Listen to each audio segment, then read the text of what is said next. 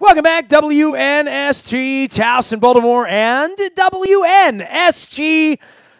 We are back from Indianapolis. There may be a piece or two you'll hear here on WNST. And, of course, anything you miss, you can find out in the buyatoyota.com audio vault. I want to thank our sponsors for sending us out to Indianapolis and keeping us warm and safe and dry. First up, our friends at Howard Bank, a relentless commitment to be the best at everything they do. Branches throughout Baltimore and Maryland. The unique hands-on approach to banking. If you've been driving around Baltimore, you've been passing some Howard Banks, you can learn more at howardbank.com. We got one right in Towson, got one in Dundalk. Everywhere I travel, we got those. As well as Royal Farms, real fresh, real fast. The tasty coffee, the best fried chicken anywhere.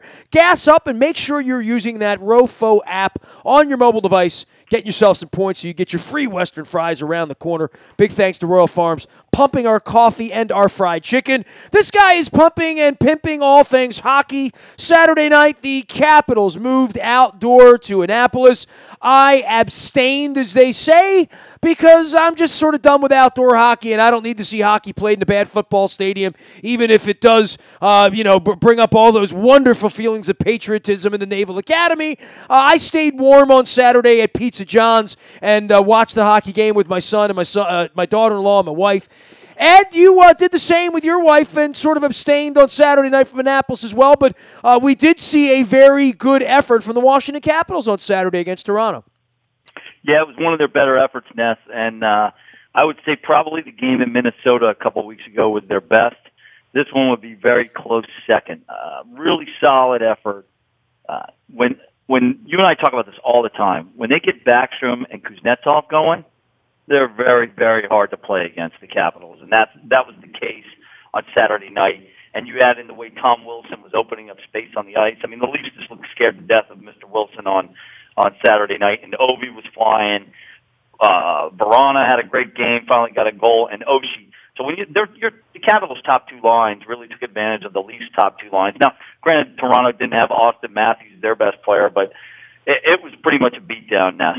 Well, we talk about the second line, and we talk about the other scorers, and we talk about Kuznetsov, and we talk about Burakovsky, and when those guys get going, but that's part of the problem, right? I mean, that's part of the rub on those guys is that I don't want to say they take nights off or whatever. They're not nearly as consistent as, let's say, a Nick Backstrom or even a TJ Oshie when his head's right. In normal times, you sort of know what you're getting. It's blown a little more Machado, like sort of hot and cold, right?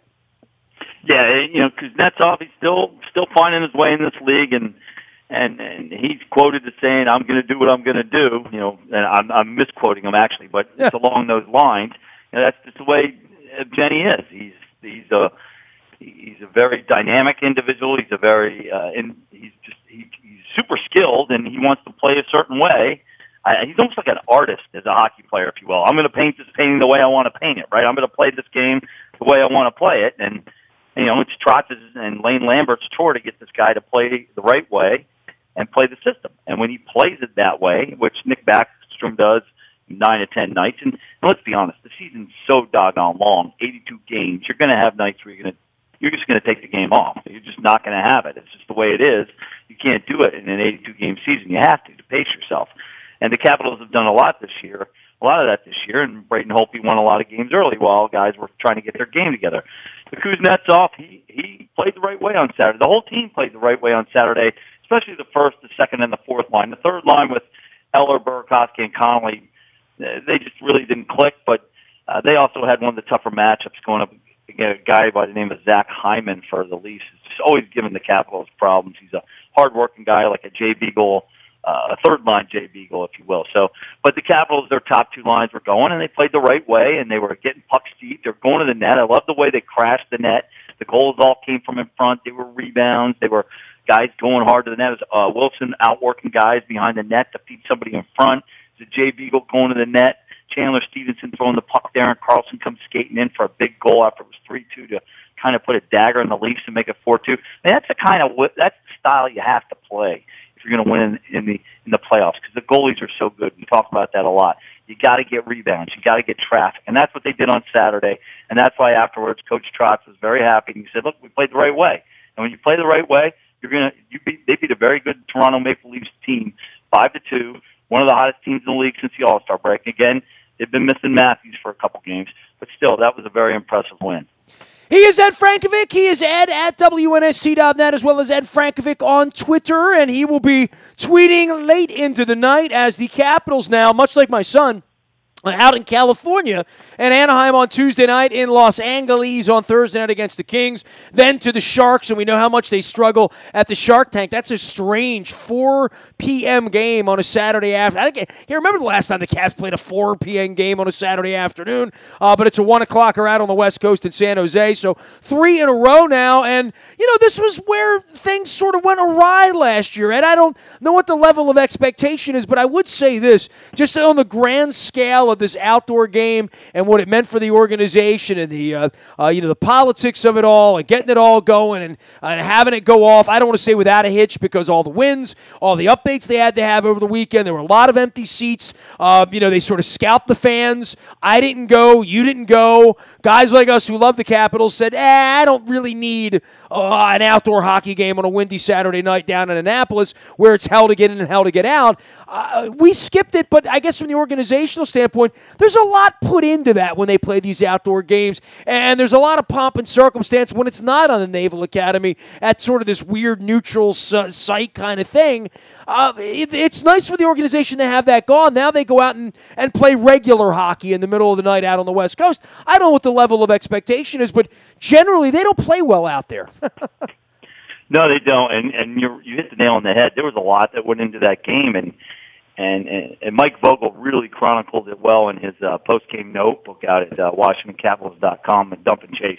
I recommend everybody go and read that thing. It's just amazing, and it ties, his father was a Navy brat and traveled around and had him at the game. He's 80 years old, and, you and I, we're getting older, we're getting more sentimental. I spent a lot of time with my father here in the last week. He's about to be 80, and I know you had your issue. Your mother, she's up in heaven now after last year, but you did a lot of time with your mom. You know how it is when you get older. And so just a great blog by Mike out there talking about the high of Saturday night for the organization. And you're right.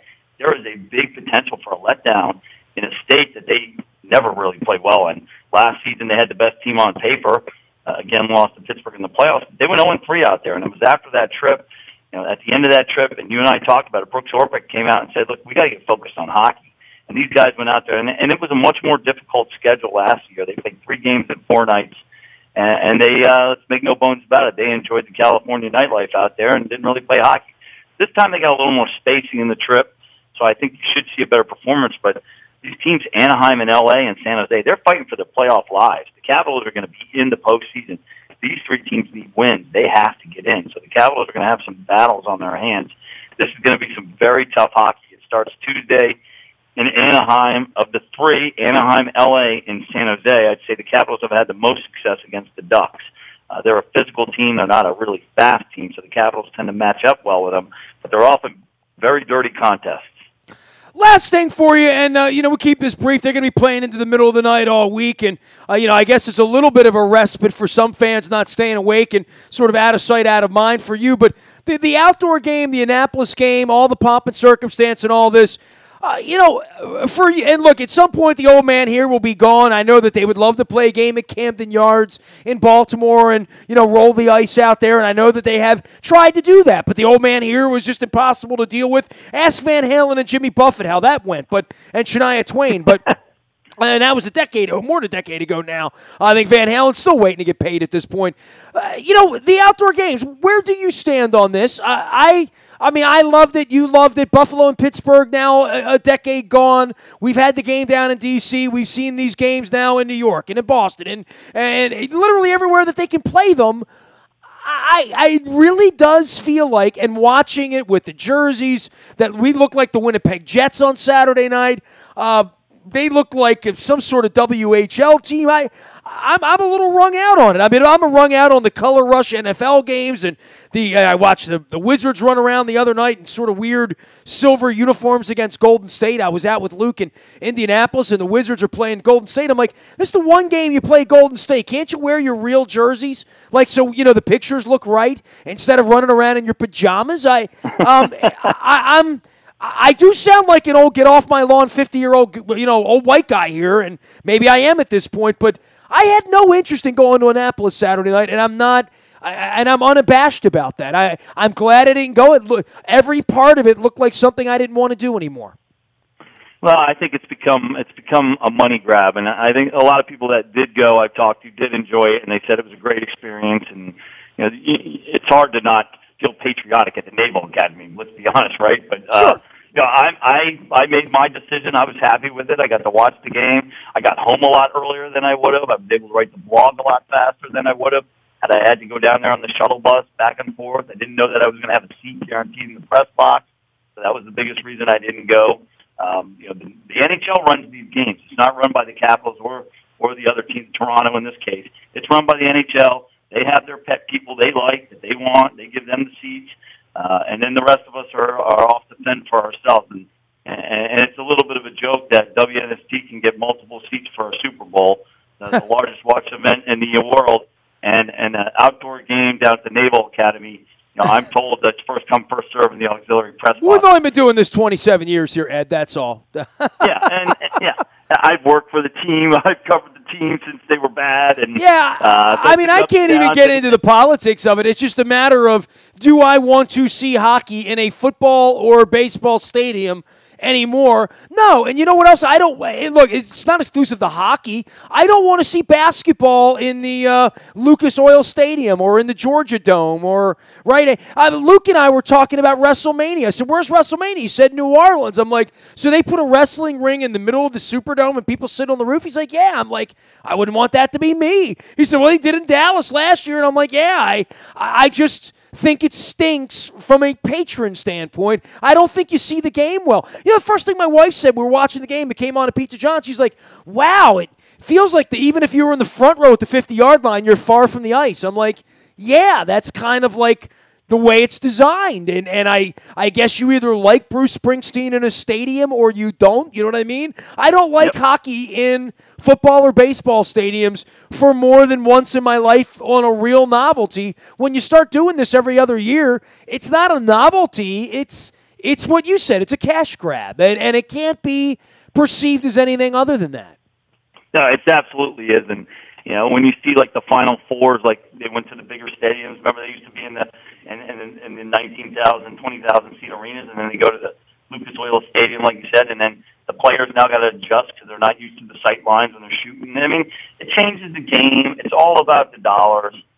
These big TV contracts, trying to find a way to make another dollar. That's what it's become. And you can say the Naval Academy game was a big success, but at the end of the day, they had 5,000 empty seats, and they priced themselves out. So they should have found a way. The NHL, once again, and I'm as harsh a critic on Gary Bettman as anybody. I think they blew it. I think they. How much can it be worth to sit on the roof of a football stadium and watch a hockey game you can barely see? I mean, that's a $20 night to me. Out in the cold, it's less than that, honestly. So I don't know.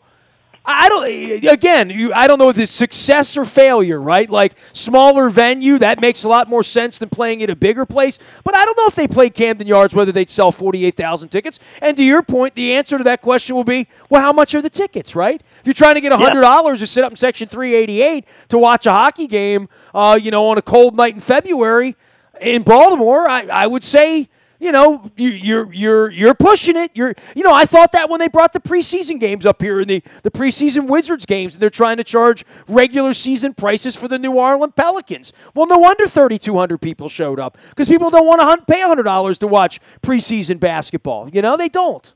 Yeah, they did the same thing with hockey, right? They brought Ovi up and they charged regular season prices, and the ice is a disaster because the building just can't handle hockey anymore. And I think you got your answer at the Naval Academy. The capacity was over 34,000 people.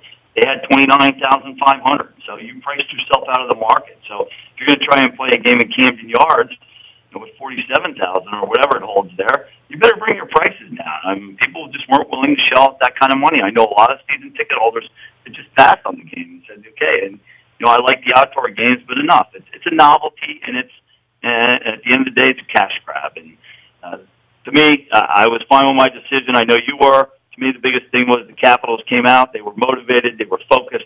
They played some good hockey, something we wanted to see, something we needed to see. Braden Holtby got back on his game, got a win. Jacob Verana scored a goal for the first time since mid-December. Alex Ovechkin got 40 goals now. He's 2 goals away from 600. A lot of good things happened on the ice. And by the way, the players did say the ice there was better than what's down at Capital One Arena, but there's no Metro running under the Naval Academy. Well, I would have been more likely to go see the Maple Leafs on a Saturday night down in D.C. There's nothing wrong with the rink that they play hockey in. It's fine for me. Ed, stay up late here. Anaheim on Tuesday, L.A. on Thursday, San Jose Saturday afternoon. I will be attending the Islanders tilt on the 16th of March on Friday night. So hopefully if you make a plan and I make a plan, we'll make a plan together. Hopefully I'll see you down there for that or sometime soon. And, hey, the Capitals be playing plenty of hockey in April, and we will be there on the scene in the press box, warm and safe and dry. Ed, take care of yourself this week, man. Rest up.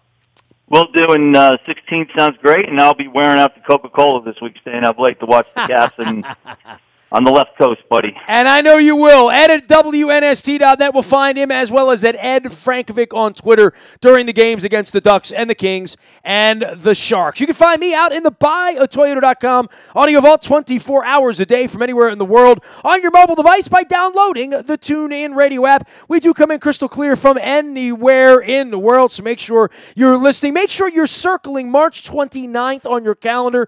If you're a Caps fan, head coach Barry Trotz will be joining us for the Bone Marrow Registry, and for There Goes My Hero. We'll have more details on that coming up a little later on in the week for you, but it will be March the 29th, Thursday night, 7:30, swabbing for the Bone Marrow Registry and a Caps chat with my 3-decade-long friend, Barry Trotz. Last but never least, you can find me out in the buyatoyota.com audio vault, as well as on Facebook Live, Twitter, Snapchat, Instagram, streaming live on our Facebook as well as our YouTube WNSTV channel. I'm Nestor. We are WNST.net, AM 1570 and WNST Towson, Baltimore. And we never stop talking Baltimore sports.